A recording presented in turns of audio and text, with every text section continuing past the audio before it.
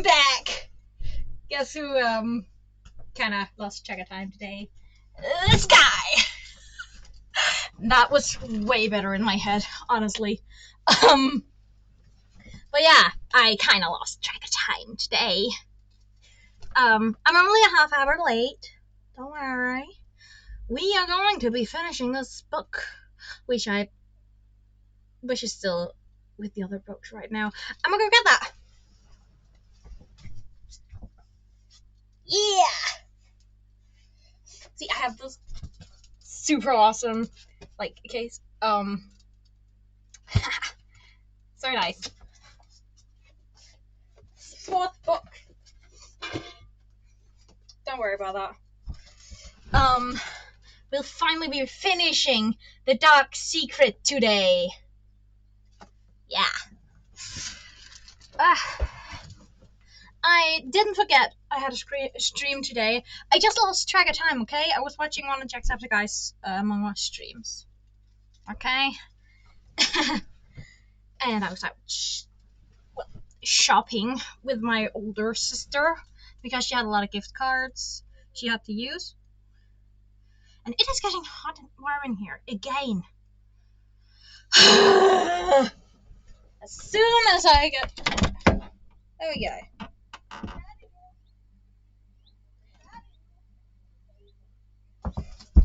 And that was my mom, you could hear.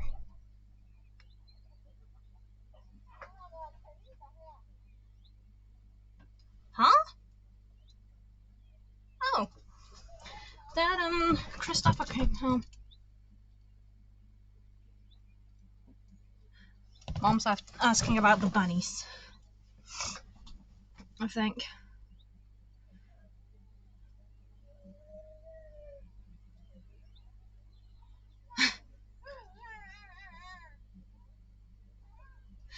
And Mom making fun of our dog for whining. Like, people are coming home.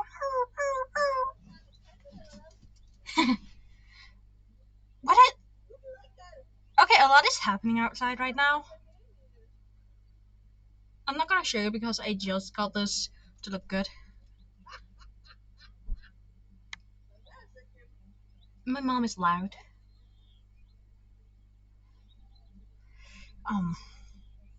Yeah.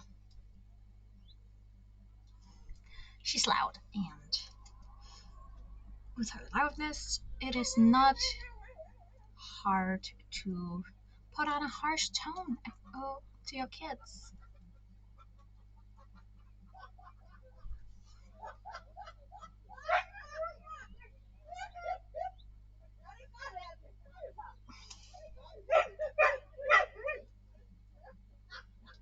And just as I start streaming, a lot starts happening outside.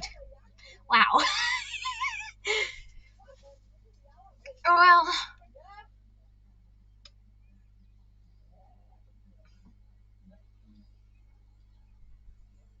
Dad and my older siblings are home. We're not gonna get a lot of silence from outside in a while, I think. Hi!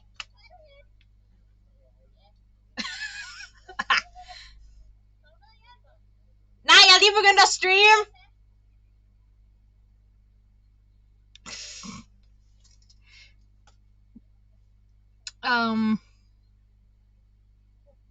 I don't know what it's called in English. I'm so sorry. But in Danish it's terrasse. We're going to be making. I don't know what it is in English.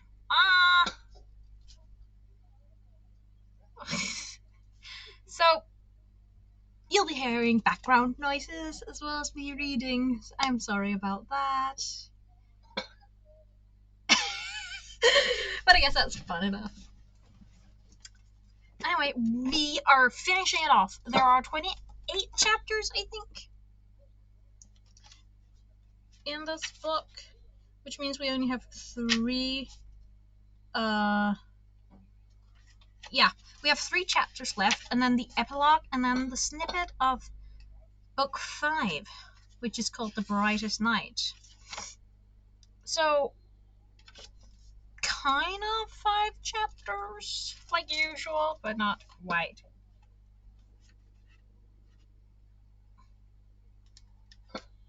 And we ended off with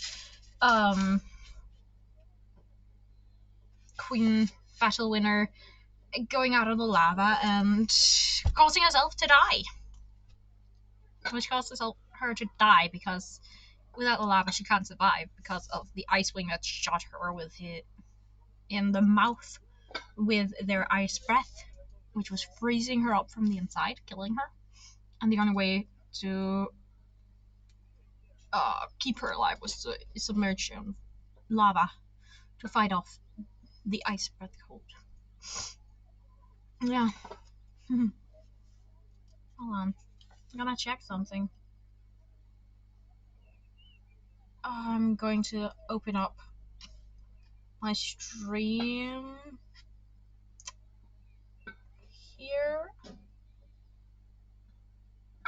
so that I can see if something's going wrong. I should start doing that. Shouldn't I? Anywho. We're gonna do this. And then do this.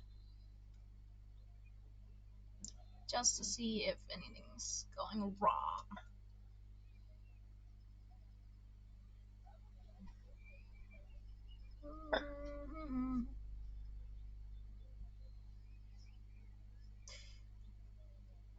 Wait, is it actually not loading at all? That's not good. What? This is weird. It's like not loading. Huh.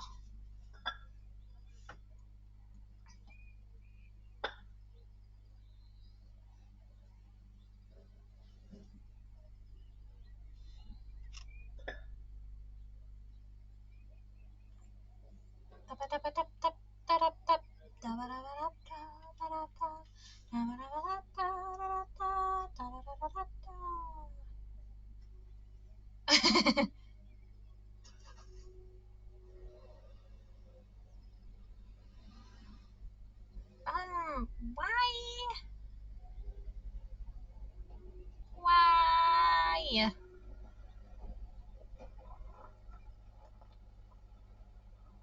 Why? I am so confused. And we will be waiting until the noise starts to go down a bit.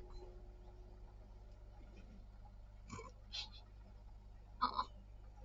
I can just see Happy, my dog. Aww. She's really excited to have everybody home again. Wait, I don't know if my younger brother's home. He's with a friend right now. He's the one who doesn't care what gender you are.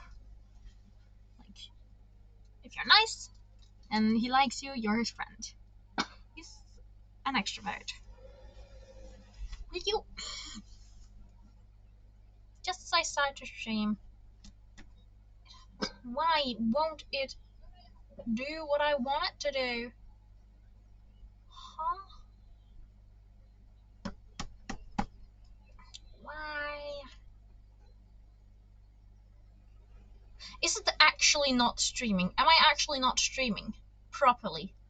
Is it? This is. I'm going to flip my shit. If that's what's actually happening right now. Right now. If it's just endlessly loading. No, it actually is. It was just something wrong with my computer.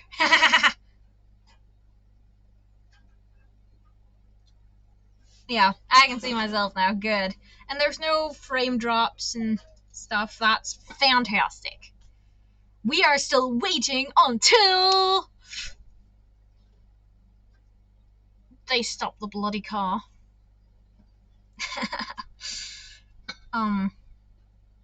Yeah. Just gonna do this. And bam. We're 10 minutes in, but there's some noises outside. I could close the window, but I don't know how much that would shield from the noise. I mean, I could try. I'm gonna try real fast.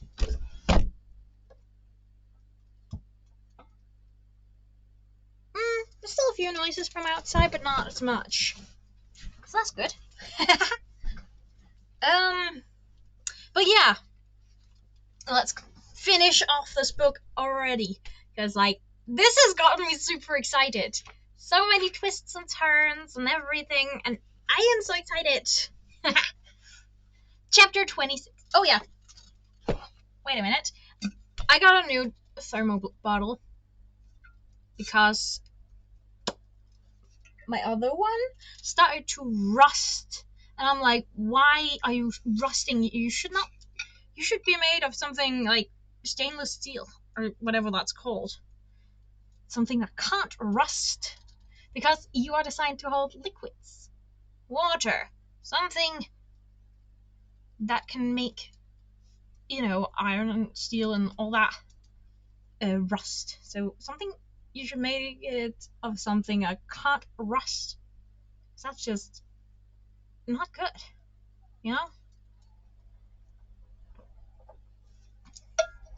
But remember to hydrate. Don't dehydrate.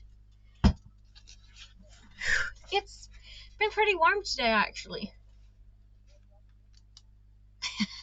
So, yeah. Chapter 26. We have to go now, Starflight said, grabbing Glory and shoving her toward the door. He bundled Fate Speaker ahead of him, too, and they fled down the tunnel. Wait!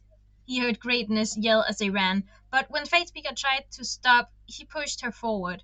There was no time for more diplomatic conversation. Feet thumped behind them. Greatness would have to talk to them somewhere else, such as not in the middle of an exploding island. The map caught on Starflight's horns and ripped away from the wall as he threw himself out of the hole at the end. He rolled forward, wrestling the map off his head and bundling it in his talons. Without really thinking about it, he shoved it under one arm and carried it with him as he bolted for the door. Where are the dungeons? Glory shouted. There's no time, Starflight yelled. Couldn't she feel the volcano shaking? Ash was raining down all around them. Cracks were zipping across the fortress wall like lightning. We are not leaving Deathbringer, Gloria grabbed Fatespeaker. Point the way and I'll go by myself. Starflight, get out of here. Get everyone off the island. Deathbringer. Starflight opened and closed his mouth. He hadn't realized that rescuing the Nightwing assassin was even on Gloria's agenda, let alone that it was important enough to risk an erupting volcano for. But she's right. He risked everything for us. For her. Fatespeaker pointed in the direction of the dungeons, and Gloria took off, without waiting for any arguments. I can't let her go by herself. Starflight's heart was trying to pound its way out of his chest. He remembered the Nightwing skeletons in the old treasured room. He thought of the lava flow that had consumed the old forest, and the skulls sticking out of it. He could feel the heat of the volcano, as if it were trying to batter its way through the walls toward him. All he wanted to do was fly as fast as he could to the tunnel and escape to the cool safety of the rainforest. But Gloria didn't know where she was going, or what to do when she got there. He whirled around and found Greatness behind them, wringing her talons again and looking utterly wrecked. Where are the keys to the dungeon prison? He yelled at her. There's a hidden set in a cool niche in the dungeon, on the dungeon stairs, she said. Oh, what are we going to do about the volcano? Is this it? The one that kills us all? Yes, Starflight thought. Not necessarily, Starflight said, trying to sound far less panicked than he felt. Take Fate Speaker to the Great Hall and tell all the Nightwings our terms. If they'll swear loyalty to Queen Glory, we'll consider letting them live in the rainforest. Anyone who agrees, send them through the tunnel as fast as you can. Anyone who doesn't, tell them to fly to the continent immediately. They need to get far away from here before the eruption. The lava and smoke could reach for miles. But Glory didn't say yes, Fate Speaker pointed out. I'll talk her into it, he promised grimly. Go, quickly. He wrapped his wings briefly around Fate Speaker, feeling her scales slide against his, and then let go and ran after Glory. He found her at an intersection, looking around in furious indecision. This way, he called. He ran past her toward the stairs that led down to the dungeon. There was no time to talk, and the rumbling of the volcano was loud enough to drown out any attempt at conversation anyway. The heat increased as they went down, and the noise grew, and the walls seemed to shake even more.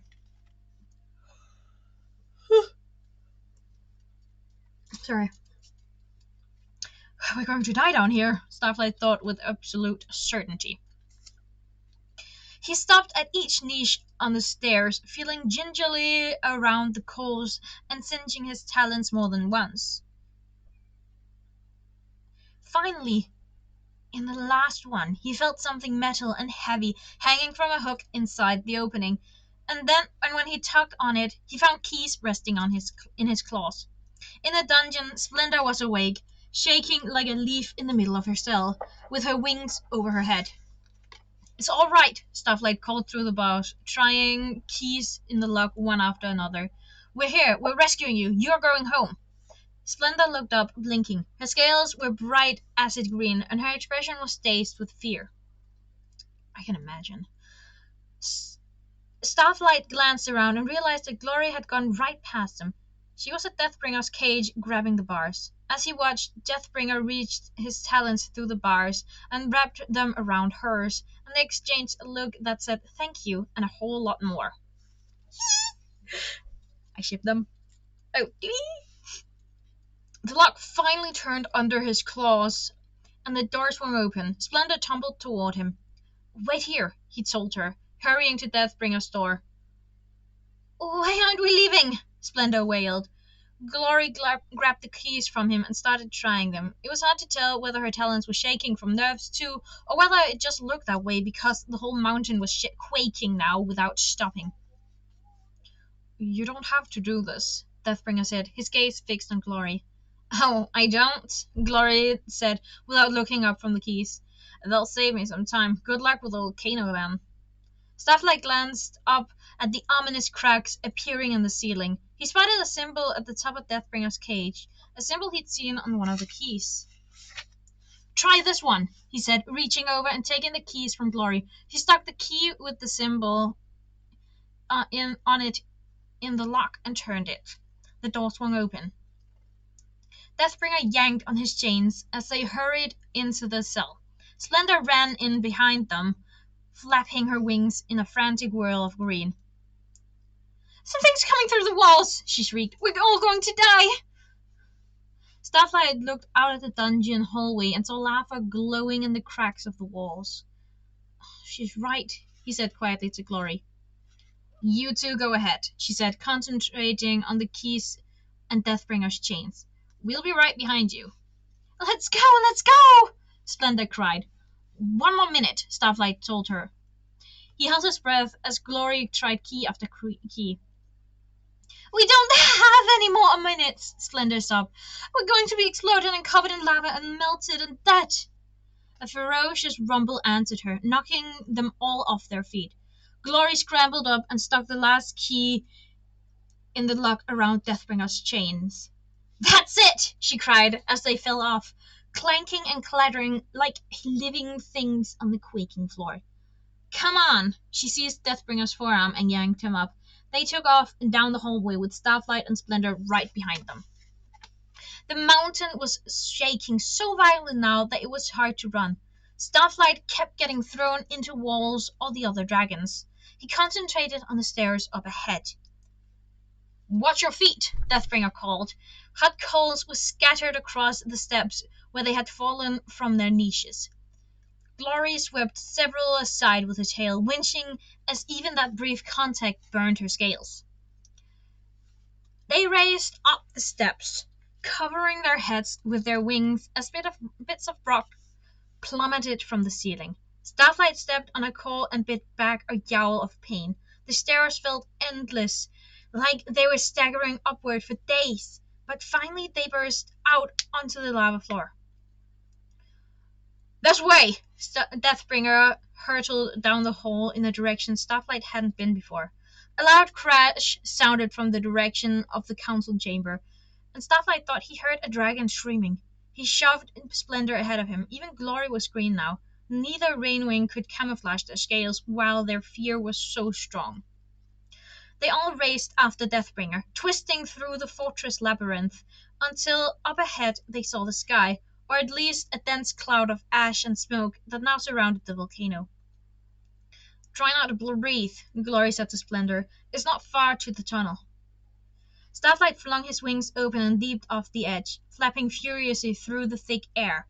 He could see the lava river glowing and churning below him, faster and wider than ever. He could also see a growing crowd of black dragons down on the beach, some of them frightened, fighting one another tooth and claw.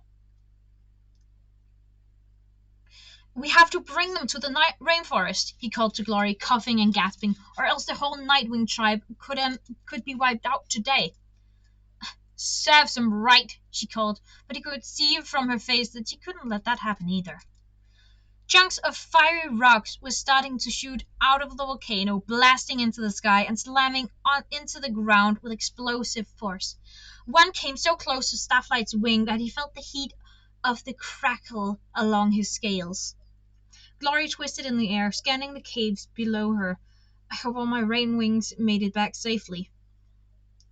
Starflight found himself making a decision that shocked him, but the words were out of his mouth before he could take them back. "You go ahead to the rainforest, make sure they're all right, and prepare them for what's coming," he said. "I'll gather the Nightwings and bring them through." She gave him a surprised look, but didn't argue. We'll have our spears and fangs and sleeping darts ready," she said. "Come on, you two." She flicked her tail at Deathbringer and Splendor, who sped after her. Starflight watched them all dive for the cave entrance, where green scales flashed as two half-camouflaged rainwings reached to welcome them in.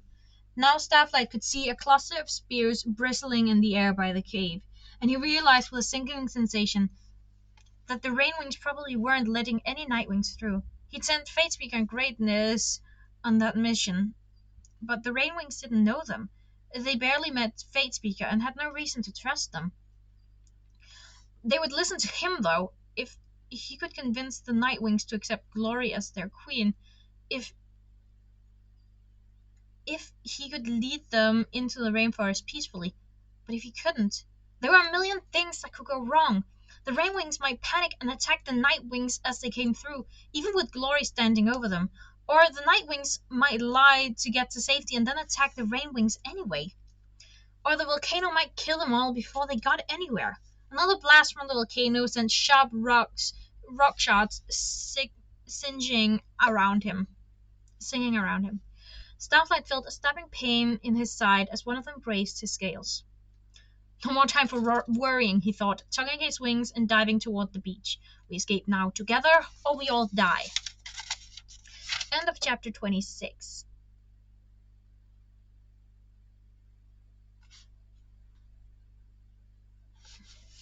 Damn, this is...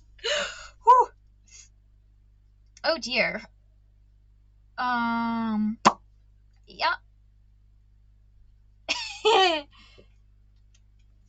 Oh dear, I don't wanna be a bird.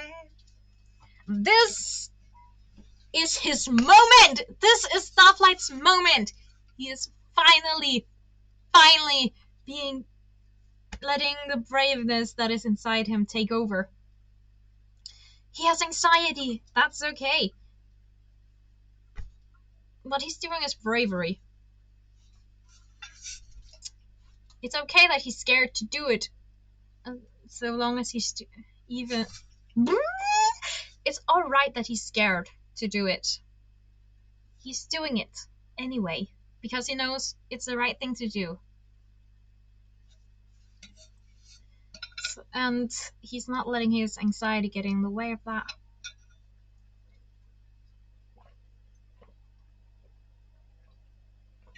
That's braveness.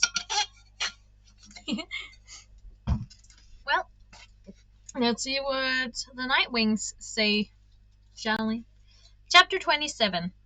It looked as though the entire tribe might be gathered on the beach below him. Starflight flew in a wide circle, scanning the crowd until he saw Greatness and Fatespeaker standing on a boulder, waving their wings and trying to get everyone's attention. "They'll never let us through!" shrieked the Nightwing, with long scratches along his side. "We have to take the rainforest by force!" "We can't fight them all," yelled another. "They infiltrated the island, took out all our guards, and escaped with the prisoners, and we never even knew they were here. They'll kill us the moment we step into that tunnel." The volcano shot another blast of fiery rock into the air, and many of the black dragons flung themselves to the ground with cries of terror. "Listen to me!" Starflight called, hovering above Greatness. "There is a way to escape safely. I promise you that the Rainwings will show you mercy if you accept Glory as your queen."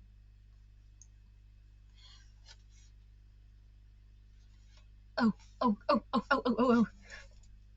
"How can a Rainwing lead our tribe?" shouted a voice that Starflight recognized as his sister's. Fierce teeth flared her wings and shook her talons at him.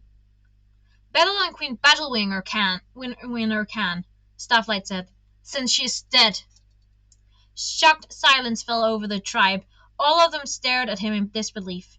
Starflight spotted Mastermind, hopping agitatedly from one foot to the other, with his arms full of scrolls, and finally Starflight saw Morosia at his back, glowering at him. The look on the giant dragon's face gave Starflight chills from his wings to the tip of his tail.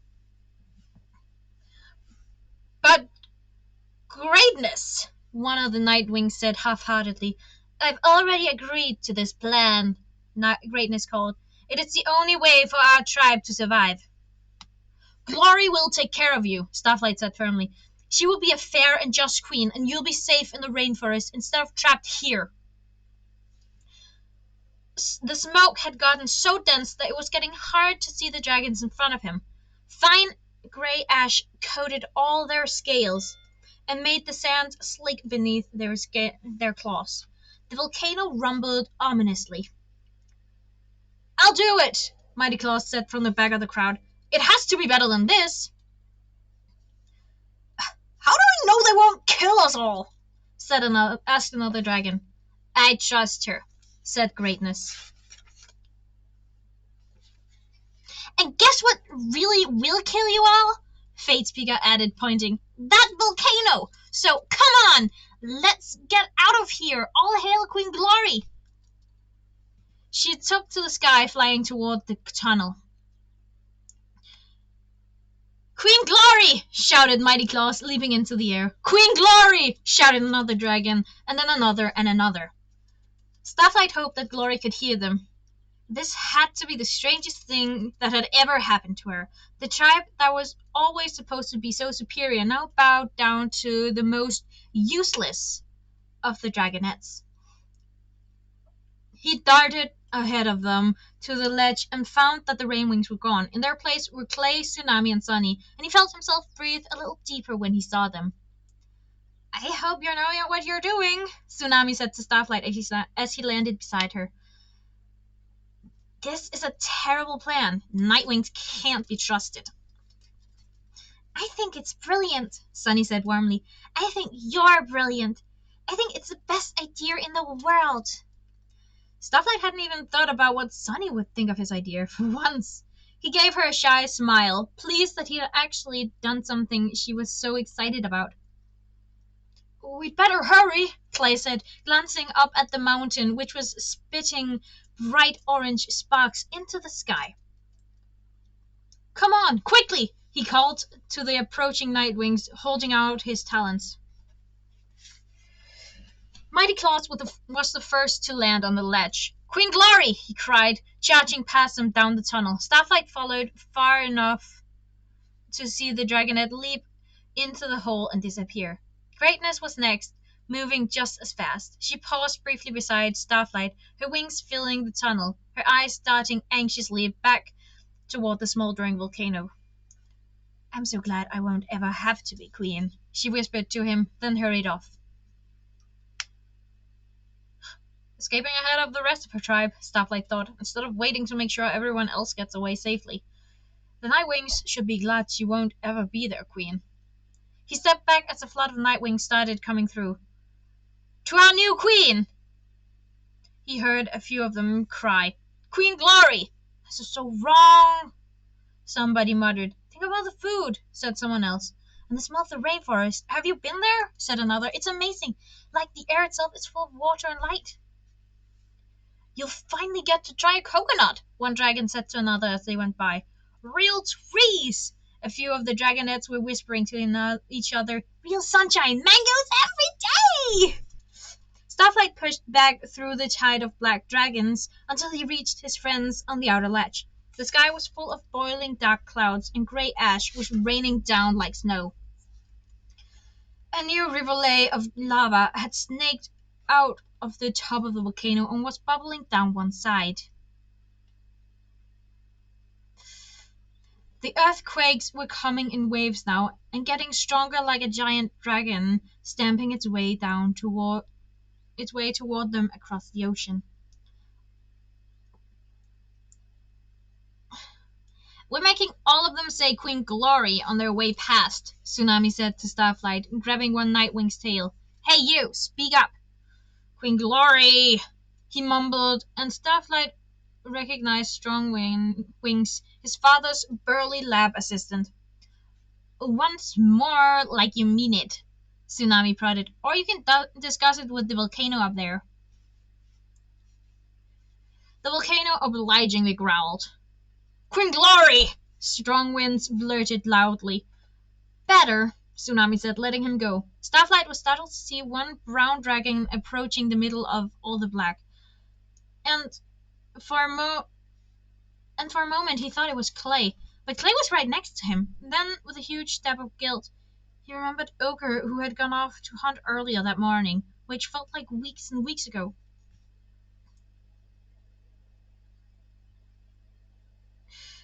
"I might have left him there. I didn't even think to look for him." Hi," Ochre said, flapping onto the ledge and bobbing his head at Starflight. "So, I'm not sure what's happening, but it seems like everyone's leaving in kind of a hurry, and someone said something about bananas there this way." "Just follow the others into the tunnel," Starflight said. "We'll explain everything later." "Sure, all right," Ochre said. In a moment, he disappeared in the direction of the rainforest as well. "Starflight, this dragon wanted to talk to you," Clay said, tugging Starflight aside. "Oh," Starflight said, meeting his father's eyes. "Clay, this is Mastermind, my father." The thin black dragon still had several scrolls clutched to his chest, and he was fidgeting with his claws anxiously. He tried to reach for Starflight's talons, dropped a few scrolls, gathered them up again, and blurted, "It's occurred to me at this rather inopportune juncture that our new host may very well hate me. What do you think? Should I be concerned? Will they really let me live there after everything? I'm afraid they might have some grievances." Starflight sensed that his father wanted a reassuring lie, but he wasn't about to give him one. "They probably do hate you," he said. "I think they should, don't you?" "But," Mastermind fretted, twisting a scroll between his claws, but science, and my orders, and—" "Don't make excuses," Starflight said. "When you get there, tell the Queen you're sorry and accept whatever punishment she gives you. That's my advice." "Or don't come in at all," Tsunami chimed in from behind him. "Take your chances on the ocean instead." She nodded out at sea. Mastermind flicked his tail with a worried expression, watching the Nightwings pour past them into the cave faster and faster as the volcano's rumbles grew even more ominous and closer together. "I'll apologize," he said with a deep breath. "To our new queen," he added. "All right, go on," Tsunami said, stepping back. "Take this with you," Starflight interjected, realizing he still had the map with all the scavenger dens on it. He tucked the folded paper in among the scrolls in his father's arms. The Mastermind hurried into the tunnel with them all pressed to his chest. "Just like you when we had to escape the mountain," Sunny said, bumping Starflight's side, "trying to take all the scrolls."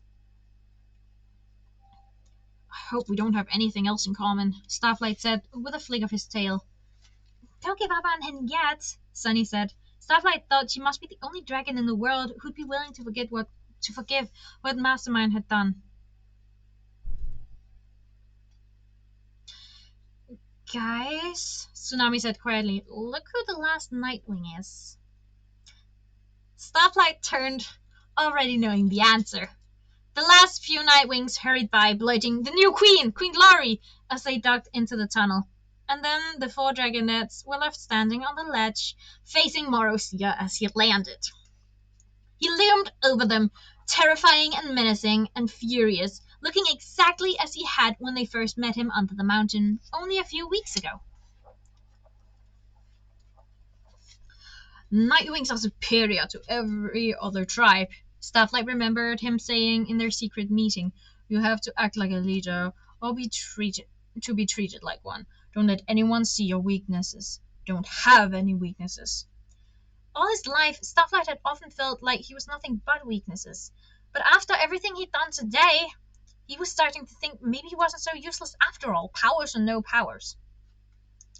"This will never work," Marozia growled down at them. "Nightwings will never bow to a dragon from another tribe, least of all a Rainwing. Once we're safe, we'll turn on you all." "Then you'll end up back here," Tsunami spat, waving her talons at the ash-covered, blackened landscape behind him. "Or dead. Either would be fine with me." "We made you."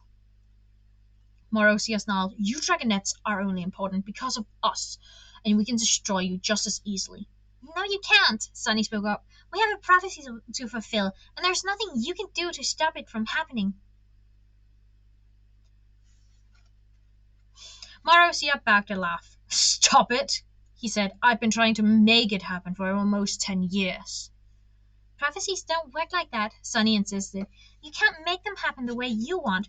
Whatever's going to happen will happen. That's the whole point of destiny." Oh, I love Sunny. The volcano shot a plume of lava into the air, and the ground shook hard enough that all the dragonettes had to clutch the rock walls to stay upright.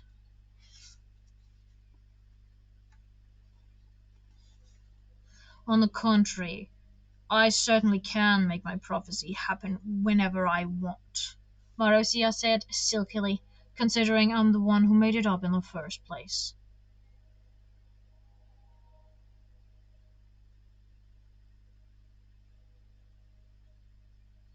I'm sorry, what?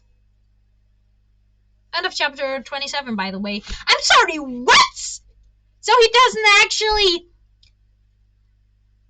can't actually see the future?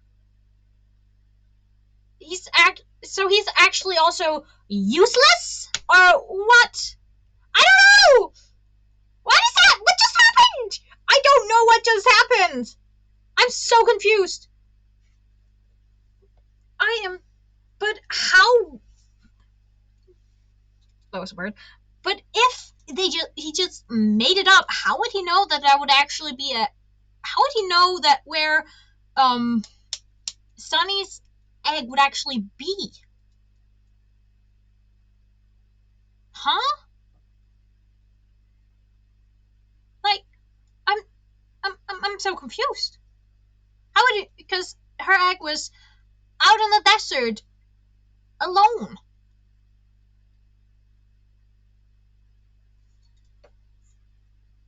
And the Mudwing egg. How would he know? And on the brightest night, just so conveniently that this... No, it has... I'm so confused. I am so confused. There's one chapter left, and then the epilogue. Fudge! I'm so confused.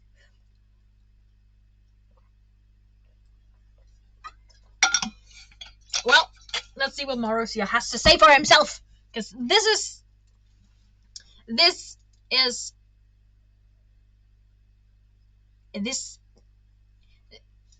is just too detailed. The prophecy was too detailed to be a complete accident and be made up and not actually be a prophecy, because there's so many factors, and how would I even know all these things, you know? I'm sorry, I'm ranting. I'll continue now. I'm sorry. Chapter 28. The earth began to shake without stopping, a continuous tremor that jarred Starflight's teeth in his head and made him feel as though the ledge was about to drop out from under him. The volcano growled again, and another fountain of lava shot over the side and started slithering down the cracky slope. Marussia's face was lit by the orange glow of the volcano, cruelty etched into every line of his snout. You what? Tsunami said. The prophecy isn't real. The words didn't make sense in Starflight's head. He couldn't fit them into the way the world worked, and the way his world had always worked. The Dragonet prophecy isn't real. That's not true, Sunny cried. You're just saying that to be awful. The volcano let out a roar like 20 dragons having their tails stepped on at once. Oh, it's completely true, Marussia growled. Queen Battlewinner and I rode it together after the last eruption destroyed part of our fortress. We knew we'd need a new home soon, and the prophecy was our plan to get it. How? Starflight asked, running the prophecy through his mind. What does the prophecy have to do with where the Nightwings live? The idea was that we would control the Dragonets, Marussia said, by including a Nightwing, who naturally would be the leader of the group. Your abysmal failure in that departure was our first problem. Then we'd choose a Sandwing Queen, and eventually the Nightwings... Someone's calling me. One sec. Yeah?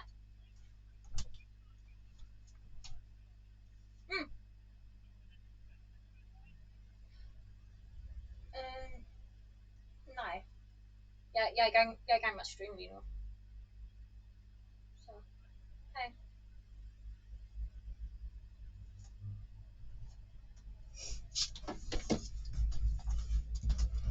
Sorry about that. Anyway.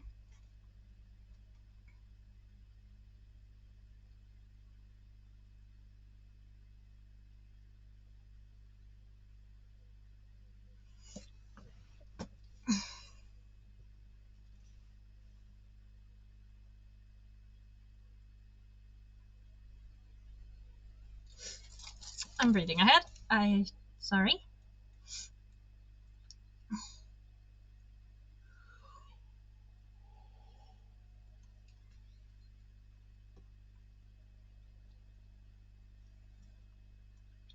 We'd choose a Sandwing Queen, and eventually the Nightwings would join the war, with our strength in numbers tipping the balance, so our ally would be sure to win. And then your ally, whoever you picked, would help you take over the rainforest, Starflight puzzled out. It's all about you, but not in a way that anyone would notice. Darkness will rise to bring the light. That's the Nightwings. Exactly. The only really important part of the prophecy. We couldn't be too obvious about it, said Marussia. Behind him, dark smoke was pouring out of the volcano at an alarming rate. The rest of it, smoke and mirrors. No! Sunny almost shouted, making the rest of them jump. The prophecy is real. We were born to end the fight and to end the war and save everyone. Afraid not, Marozia said nastily. You're just as ordinary as any other dragon. Wow, said Clay. No wonder I always felt ordinary. But you're not ordinary, Sunny said, her voice full of tears. Starlight had never seen her so upset. He took a step toward her, reaching out his wings, but she shoved him away. Well, what about the red mudwing egg? What about my egg? All alone in the desert. There are scientific patterns to things like the appearance of blood eggs, said Marozia. We study them and use them in our prophecies to impress our less scientific inferiors. As for the sandwing egg, we planned to set that up, but as it happened, we got a tip that yours was there already. A coincidence. I'm sorry, what? Huh? No, it wasn't. It was fate, Sunny hiccuped. On one telling, you are the worst, Tsunami said to Marozia. But on the other, Sunny, think about what this means. We can live our own lives. We don't have to follow some plan that the stars laid out for us. We're free. But I want to stop the war, Sunny cried. All those dragons out there, they believe in the prophecy. They believe in us. If we give up, who will save them? No one, said Marozia. Now there's no point. The Nightwings are already in the rainforest, so we have no reason to join the war. It will drag on endlessly, and more dragons will die every day, probably for generations. Sorry. All of them wondering what happened to the amazing dragonettes who were supposed to save them, but obviously failed. Sunny let out a furious sob, then whirled, pushed past Starlight, and fled up the tunnel, disappearing through the hole into the rainforest. Marozia took a step as if to follow her, and Starlight jumped into his way. You can't come with us to the rainforest, he said, his voice shaking as badly as the earth below his claws. Starlight and Tsunami closed rank on either Clay and Tsunami closed rank on either side of him. He's right, Tsunami said. Even if you pretended to swear allegiance to Glory, we'd know you were lying. At this point, we wouldn't trust you about anything. You should go, Clay said. Fly across the sea as fast as you can. Maybe you'll make it before the volcano really explodes. Not that we care, Tsunami added. Marozia's expression was incredulous. And who's going to stop me? The three of you? Yes, Starlight said. And me, said Fate Speaker's voice from behind Starlight. He felt her tail brush against his as she slid up next to him. The giant Nightwing snorted, as if that only made things more amusing. Yes, all the dragonettes I want dead anyway, he said, in one convenient place. He opened his mouth, hissing with a fiery breath, and then the volcano exploded. It was like nothing Starlight had ever seen or imagined. It was like the earth turned inside out, collapsing the top of the mountain and shooting a vast billowing cloud of flaming smoke into the air, which rose to the height of 100 dragons and then fell, sending all that fire and rock and ash and death charging down the slope toward them faster than any dragon could fly.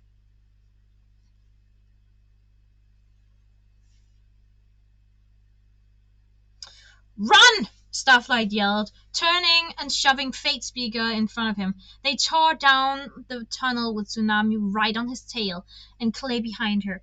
The heavy footsteps of Marozia thumped after them, but there was no time left to confront him.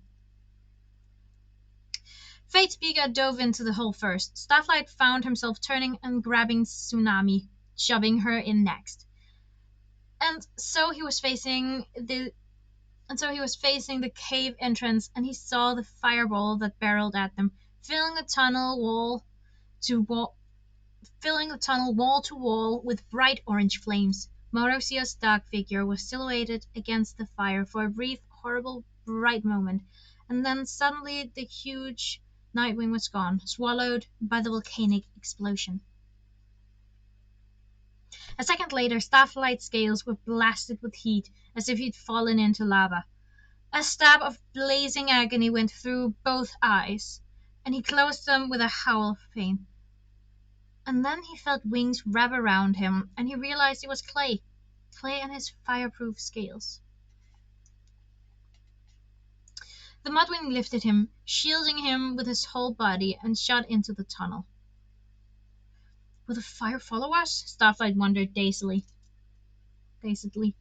How does the animus magic work? Will we cross over to the rainforest side halfway through and be safe, or can it reach all the way? Rain patted down his scales, sizzling softly, and he felt claws pull him from the tunnel and lie him down on wet moss. Cool, wet leaves pressed against his face, and he heard the murmur of hundreds of dragon voices against a background of rainforest night sounds. Sloths chirping, insects and frogs singing their night song. And among the talons, he was sure he'd felt Sunny's. He felt the warmth of her scales that he'd know anywhere, even with his eyes closed or blind. And he felt her press close to him for a moment and whisper, "But why did it sound like Fate Speaker's voice?" Oh God, Starlight, you were so brave. You were so brave. And then the warmth was gone, and he wondered if he'd imagined it. And then pain flared all along his body, and he opened his mouth to scream, but it hurt too much. Something jabbed him in the neck, and he had a moment to sleep. And he had a moment to think, sleeping dart, what a good idea. And then everything, the pain, the worry, Sunny and Fate Speaker, the truth about the prophecy, the fear of the volcano, everything faded away. And Starlight dropped into darkness as black as a Nightwing's scale. End of chapter 28. Oh my gosh! Okay, what a twist. That was... How? What? I am amazed at the way Sutherland set all this up. Like, she's so good at writing. Wow. I am so impressed. Like, wow. Holy damn. And this stream isn't actually going to be that long. If we're lucky, only another 30 minutes.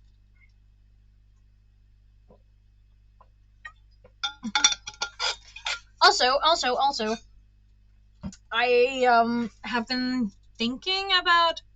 I have been saving my streams. I've been downloading them, like saving them and stuff, and I've been thinking about uploading them to YouTube.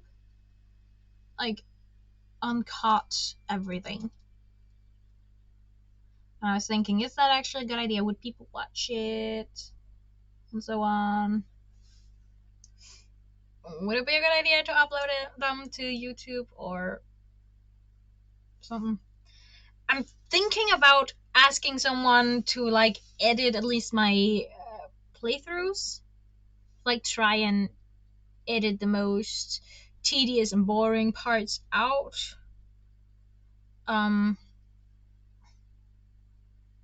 Because I have no idea how to edit anything. People who can do that are so talented. Like, it takes a lot of work and skill and know-how that I do not possess. And I'm pretty sure I'm never going to possess that either. But it would be cool. So if you know someone, let them know that I'm looking for someone to maybe edit some streams.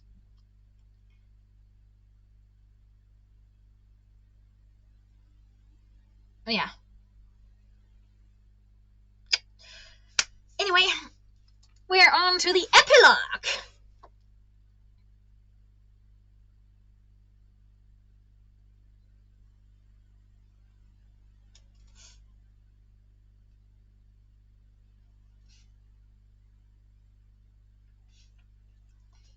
Epilogue.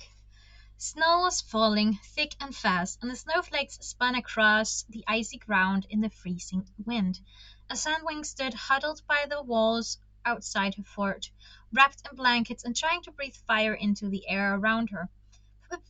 Please, can we go inside? Please, can we go inside? She said to the tall white dragon beside her. No, no, said Queen Glacier. No one can be trusted with this information until we make a decision. Her arctic blue eyes regarded the Icewind gods, who were positioned just out of hearing range, without watching the skies for danger. Frost glittered along her wings and horns. The spikes at the end of her tail were as sharp and cold as the icicles. Blaze sighed.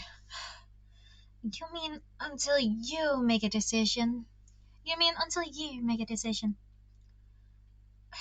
Your input is always welcome, Glacier said calmly. She knew there was no chance of the Sandwing disagreeing with the Icewind Queen. My neck hurts. Blaze stamped her feet and poked the bandage on her neck. Ow! Do you think it's going to scar? I'll be so mad if it scars.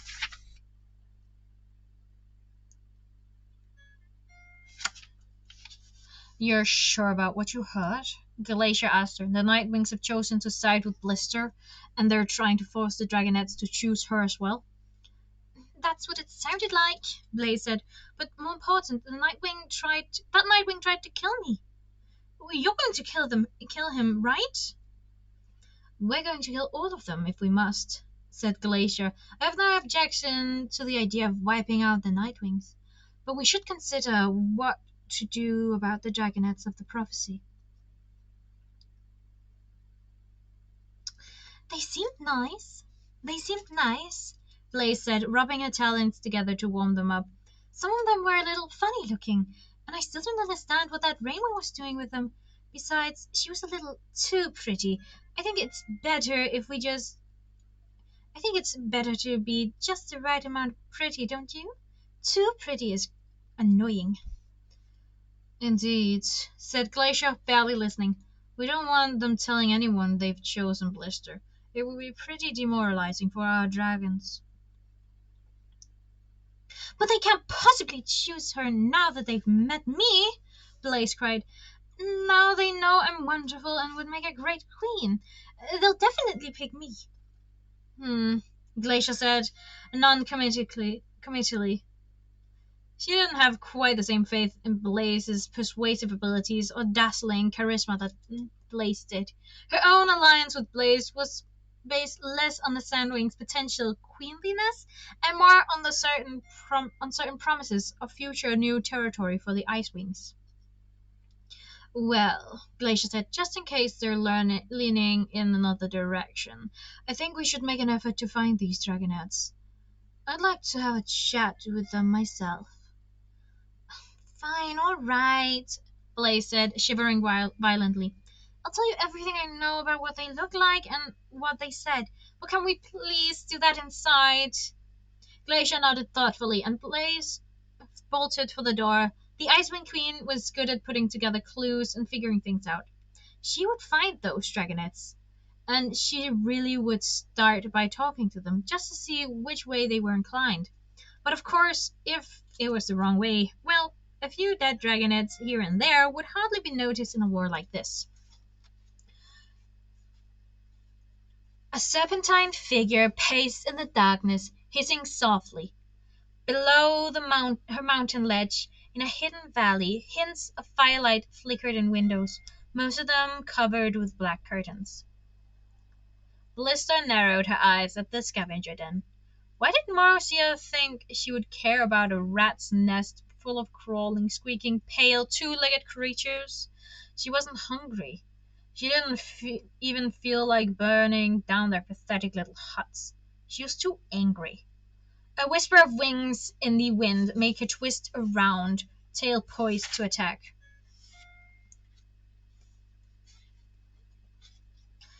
It wasn't, but it wasn't an enemy. It wasn't Marozia. It was that spineless leader of the Talents of Peace, the Sea Wing.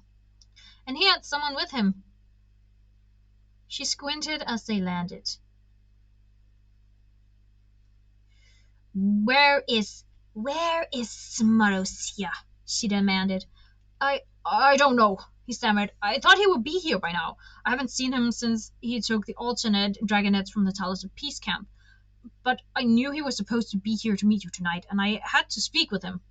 He squared his shoulders, obviously trying to look braver than he felt. Well, he's not here, Blister spat. Who is that? Nautilus drew the dragonet forward, keeping one wing around him.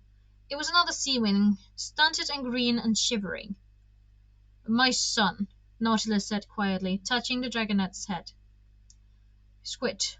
Marozia left him to die in the mountains, but by a miracle one of our spies found him first. His eyes were cold and glittering in the light of the 2 moons that were full overhead. I hate... Hi!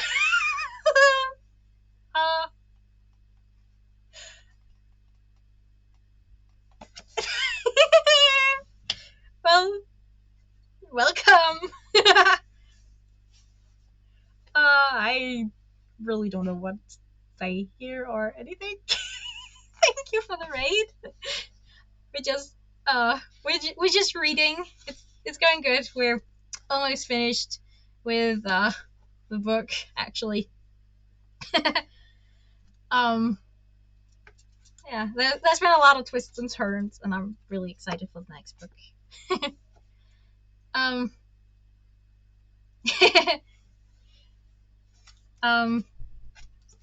Yeah. But welcome. We're actually almost finished. We just need to finish the epilogue and then the snippet of the next book. So yeah.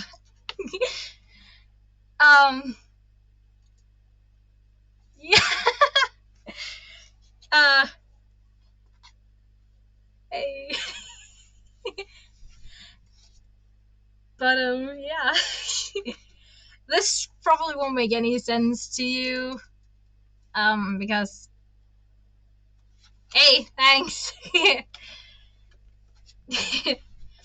But yeah, this next bit I'm going to read is probably not going to make a lot of sense because it's the end of the book and all. So yeah, and this is the 4th book in the series, so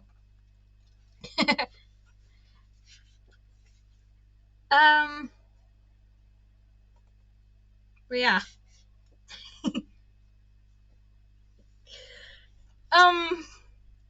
Where was I?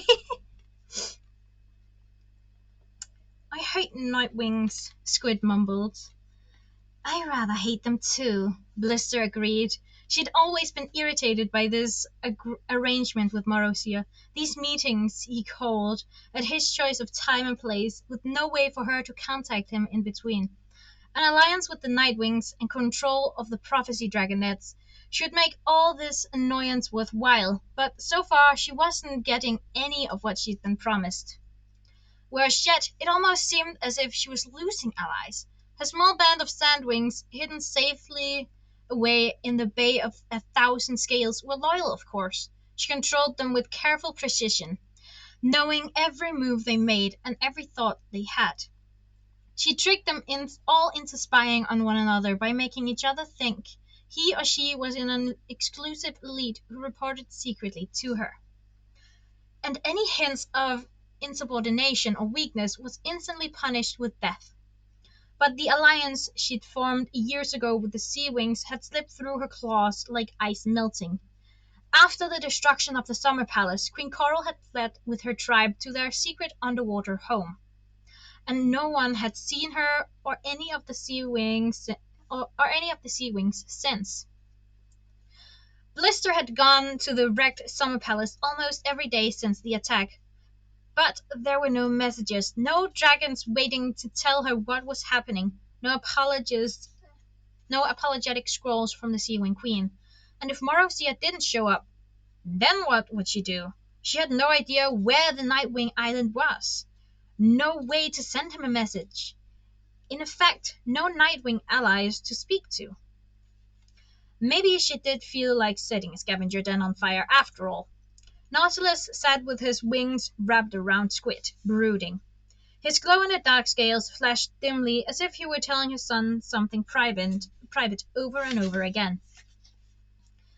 If Marozia doesn't show up, Blister said, I have a strong suspicion I know whose fault it is. The Sea Wings both looked up, surprised. The Dragonettes, she hissed, not this weakling. The originals. They've been nothing but trouble since they escaped their captors. Nautilus winched. We call them guardians, he said, but you're right. Everywhere the Dragonettes go, they seem to leave chaos behind. Well, they've caused trouble for the wrong dragon, Blister snarled. She glowered down at the slumbering scavenger den, her claws twitching with dreams of revenge. Wherever they are, I will hunt them down. I will find them, and then, prophecy or no prophecy, I'm going to kill them all. The sun was hot and blistering, beating down on the sand around the stronghold as a squadron of sandwings landed in the courtyard. The smell of the decapitated heads on the wall was stronger than usual. Bern inhaled deeply. She enjoyed the decaying scent, but mostly she enjoyed the unnerved looks on her soldiers' faces every time she did that. A dragon stepped out of the great hall, darting across the hot stones toward her. The black diamond patterns on his wings always reminded Bern of Blister, so it was difficult not to glare at her brother every time she saw him. But he was used to that. I wasn't expecting you until tomorrow, Smolder said, his forked tongue flicked in and out. She narrowed her eyes at him and waited. After a moment he remembered and added, Your Majesty, I wasn't expecting you until tomorrow, Your Majesty. She didn't appreciate the hint of sarcasm in his voice, but she wouldn't point it out in front of her soldiers. She'd discuss it with him later, somewhere private, where she could dig his claws into his scales and get a truly sincere apology. How is our guest? Bern asked, dismissing the soldiers with a flick of her tail. She's extraordinarily not pleased to be here, he said. You may want to move her to a more empty chamber. She's made a bit of a mess of what she could reach of your collection, Bern hissed. Ungrateful cow. Any words on the Dragonettes? He asked, following her into the great hall. They've vanished again, she said, although there's a rumor going around the Sky Kingdom that they're responsible for the torching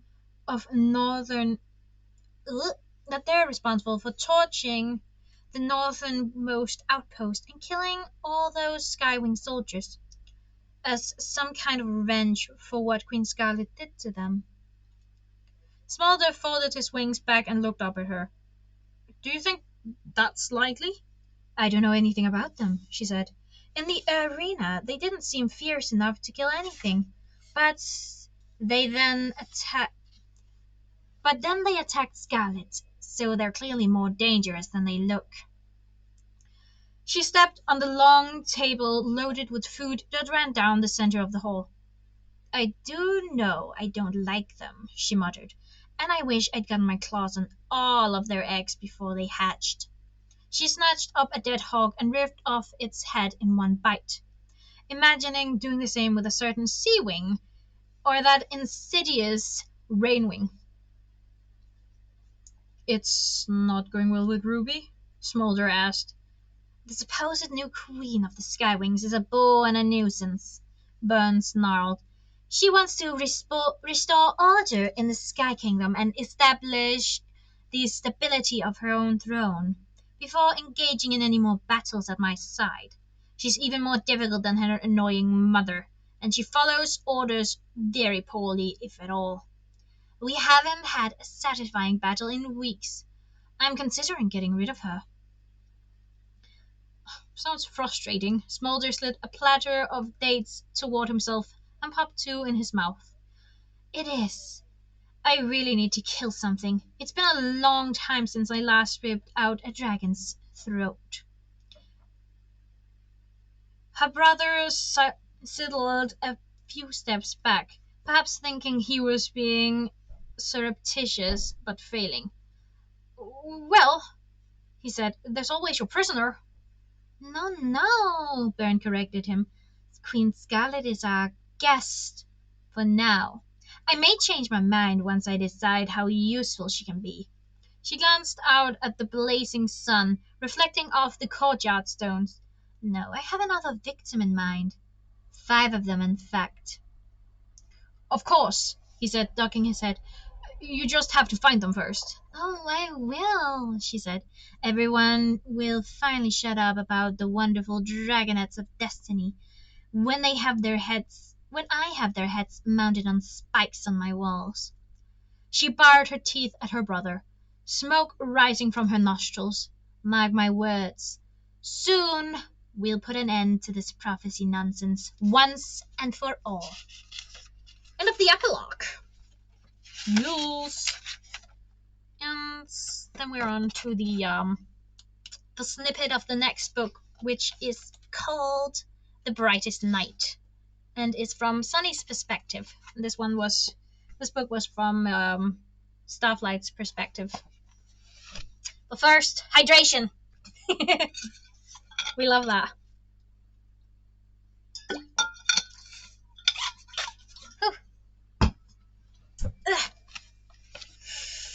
Yes. Sunny thrashed furiously against the huge wings that wrapped around her. Quickly, while they're all distracted. She heard a voice hiss. A shower of raindrops pattered down on Sunny's head as a dragon holding her ducked through the leaves. It was hard to see much more than black scales, but Sunny realized she was being dragged into the forest, away from the tunnels and the crowd of dragons. But I have to make sure Starflight is all right. She clawed at the arm that pinned her wings down, but the Nightwing only grunted and held her tighter. Wet leaves squelched and slithered under their talons. From the sounds around her, Sunny guessed there were 3 Nightwings, including her attacker, sneaking away from the scene while everyone was focused on Starflight and Clay. That's ominous. Maybe she should try to find out what they were up to. She stopped struggling and listened. The dragons were moving fast and quietly, even without flying. Just in a few heartbeats, Sunny couldn't hear what Gloria and Tsunami were shouting anymore. Her abductors also moved purposefully, as if they knew the forest well. A hunting party, Sunny thought with a shiver. These are probably some of the dragons who came through the tunnel to kidnap Rainwings. What do they want with me? Here, one of the dragons said after a while, and they all stopped. Even with Sunny's excellent hearing, the dragons roaring behind them sounded like distant thunder muttering on the horizon. Rains poured down harder and harder, and the ever-present insect noises of the rainforest had gone into hiding. Sunny was dumped into the ground, mud squelching between her claws and splattering her tail. She sprang up and hissed at the dragon who'd been carrying her. He barely glanced down at her before turning to the other 2. Now what? He demanded. The whole plan is ruined. I'm not staying here to... What? Kowtow? Is that right? Kowtow? I'm not staying here to kowtow to a Rainwing dragonet. Me neither, said one of the others, a female who was little more than a dragonet herself. Sunny guessed she was about 9 years old. She was bedraggled, wet and bony, and hunched over, and yet when she snorted a burst of flame, Sunny could see her eyes gleaming with a stubborn ferocity. Where are we supposed to go? Hissed the last dragon, another male, much less brawny than the one who'd been carrying Sunny. He had a few missing teeth, and his tail was bent at the end. as if it had once been broken and unfixed incorrectly. We were promised a rainforest. This is where I want to live, but not as a second-class dragons. Imagine Rainwings telling us what to do. Well, we've got her, like you suggested, the big male said to the dragonette, flipping one wing towards Sunny. So, what do we do with her? The night-winged dragonette lashed her tail and narrowed her eyes at Sunny. We use her as a bargaining chip. We can hold her hostage until they take our whole tribe to the Rainwing village and make one of us queen. Like who? Said the other male. He spat a burst of flame at the branch that was dripping onto his head. Greatness is weak and won't fight for it. Queen Battlewinner had no siblings and no other daughters. There's no one else to claim the throne. I'll take it, said the dragonette. If the Rainwing can be a queen, why not me? I'm bigger than her. True, growled the big one behind Sunny. They won't give you anything in exchange for me, Sunny spoke up. I'm nobody. I'm just a weird-looking sandwing with a useless tail. She snapped her mouth shut. She'd been saying things like that her whole life, but she'd never felt awful about it until today. If there was no prophecy, then that meant she really was just weird-looking and useless. No, that's not how it works. I'm weird-looking because I have a destiny. There's a reason I'm like this. There has to be. The Nightwings regarded her with a skeptical expression. That would be annoying, said the big one. I'd be pretty angry if I carried this little thing through the forest and got my scales scratched up for no reason. Fierce Teeth, I thought you said she'd be worth something. Fierce Teeth! Sunny remembered what Starflight had told them about this dragonette he'd met while he was trapped in the Nightwing Kingdom. Wasn't Fierce Teeth his half-sister? Oh, God, no! Oh, no! Uh-oh. Starflight's sister kidnapped the dragon Starflight loves. Uh-oh. She will be if she's who I think she is, said Fierce Teeth. She jabbed Sunny painfully in the ribs. Aren't you Sunny? Starflight always jabbed on and on about a Sunny whenever he was asleep. Sunny blinked at her, too startled to answer. Yes, this is her, Fierce Teeth said. My brother's totally in love with her.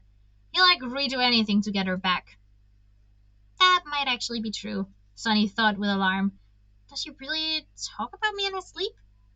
Only a few hours had passed since she'd stood in the rainforest clearing, in the middle of dragons preparing to invade the Nightwing Island, and Starflight had told her he loved her, that he'd always loved her, but it was Starflight, her sweet, smart, anxious friend, and she'd never thought of him like that. It was still hard for her to believe that he meant it. None of the other dragonettes took her seriously. She'd always assumed he was the same way, that he thought she was too little and cheerful to be worth listening to. Focus! Don't let them use you to hurt your friends. Didn't you see Starflight's Wait, sorry, this is Sunny. Didn't you see Starflight's injuries? She said. He's too wounded to have any say in what happens next. And Glory couldn't care less about me. Face it, you can't use me. You should go back and rejoin the other Nightwings. Nice try, Fierce Teeth said. What if she's right? Said the Nightwing with the missing teeth. What if they don't want her? What if we expose ourselves and then they just kill us? Oh, God. Strong wings. Oh, God. Strong wings won't let them do that, Fierce Teeth said, stepping closer to the burly dragon. Oh, God. Not him. They're a couple, Sunny realized. A really strange couple. Strong Wings was nearly twice the size of Fierce Teeth, but he kept turning toward her and ducking his head like he was waiting for her to order him around. I know how we could find out, said the other male. He drew something flat and shiny and oval-shaped from under his wing. In the moonlight, it shone like polished black brass and fit neatly between his front talons. The reins seemed to swerve to avoid falling on it. The obsidian mirror, said Strongwings with a hiss of admiration. Nice work, Prey Hunter. I wondered if someone would think to save it. He leaned in and touched the smooth surface with one claw. No surprise that it wasn't greatness. She was more worried about saving her own scales. She never used it anyway, snorted Prey Hunter. Even when we needed to know what the Rainwings were up to, she said she didn't trust anything that came from an animus. I don't think the Queen knew she wasn't checking it. It doesn't work as well as it used to, Strongwings said. Everyone thinks Stone Mover did something to it before he disappeared. What is it? And Fierce Teeth asked. A really old, animus touch piece of treasure, Strongwings explained. This was one of the most important things we had saved from the treasure room when the volcano erupted and buried that part of the fortress. Back when I was a small dragonette. We used it for... He stopped and glanced at Sunny. Don't worry, we'll kill her before she can tell anyone anything important, said Prey Hunter. Go ahead and try, Sunny thought fiercely. No one else has managed it yet. And that was the end of the snippet of the next book. I wonder how long into the book that is, because I think the snippet for this book was like a chapter in. But yeah, that was it. Lots of twists and turns in that book. Stuff like meeting his father,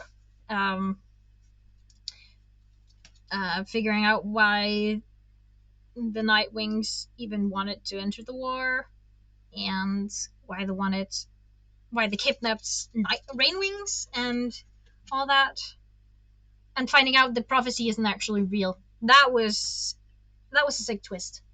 Okay, Sutherland, nice work there.